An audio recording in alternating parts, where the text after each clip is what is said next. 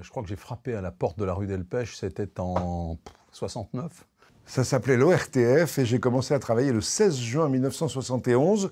Oh là là, c'était au tout début de mes jeunes années. C'est à France 3 Picardie que j'apprends vraiment le métier de journaliste. Donc c'était dans les années 80. Juillet 1991, ça marquait la fin de mes études, mon stage de fin d'école de journalisme. J'ai fait un stage à France 3, j'étais au lycée, il y avait une professeure de maths qui s'appelait Madame Malinowski, donc grâce à son mari, qui était directeur technique de France 3 Picardie, et ben, j'ai effectué l'un de mes premiers stages et l'une de mes premières expériences professionnelles à France 3 Amiens. J'étais étudiant en journalisme à l'école de Lille et en stage au Courrier Picard, c'était mon premier stage. Et au bout de 3 jours au Courrier Picard, le rédacteur en chef de l'ORTF, qui s'appelait Jackie Davin, a appelé le patron du Courrier Picard en disant « Tu n'aurais pas un petit stagiaire, il m'en manque un ». Alors j'ai commencé, je savais rien faire du tout. On m'a viré, je suis revenu, on m'a viré, je suis revenu. Puis un jour, j'ai eu un contrat. Nous sommes ici à quelques kilomètres seulement d'Albert, dans la Somme, et c'est là que se sont déroulés les grands combats dits de la Somme en 1916. C'est drôle, j'avais 18 ans et demi, là, vous vous rendez compte? Nous sommes à côté du puits où Sylvain est tombé il y a 3 jours. Et à côté de moi, monsieur, vous avez trouvé, c'est vous qui avez trouvé Sylvain. Oui. Comment avez-vous vu qu'il était là? Quand j'ai arrivé à quelques mètres d'ici, j'ai vu le tuyau de remontée d'eau qui bougeait, quoi.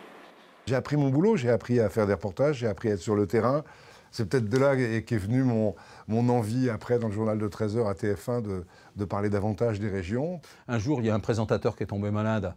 Et on m'a dit, bah, c'est toi qui présente le journal ce soir. Je dis, mais attendez, je sais pas, je n'y connais rien. On m'a dit, ce qui est en rouge, c'est pour toi, ce qui est en bleu, ça sera pour l'autre sur le côté. Donc j'ai lu, je suis rentré à la maison, mes parents ils m'ont dit, putain, tu fais de la télé, toi? 6 nouveaux conseillers ont été nommés à la Cour de cassation, parmi lesquels Jean Dumont, président de chambre de la Cour d'appel d'Amiens. C'est le témoignage de ce que vraiment j'étais.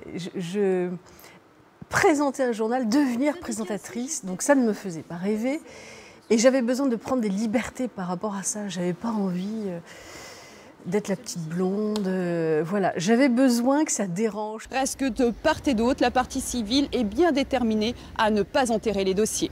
Je pense que j'aurais pas pu apprendre tout ce que j'ai appris si je n'étais pas passée par les rédactions régionales, que ce soit la Picardie, que ce soit Champagne-Ardenne, que ce soit Lorraine, parce qu'on vous fait confiance. Ces racines régionales m'obligent à avoir toujours ce réflexe de dire attention, est-ce que tu t'éloignes pas trop d'une réalité qui est finalement figée ici et qui n'est peut-être pas celle de ceux qui te regardent. Il y a ce lien de confiance qui fait qu'on se dit elle sait de quoi elle parle, elle connaît mon environnement, elle connaît ma géographie, elle connaît mes contraintes. Et ça, je pense que c'est très très important et je pense que c'est aussi une école de l'humilité.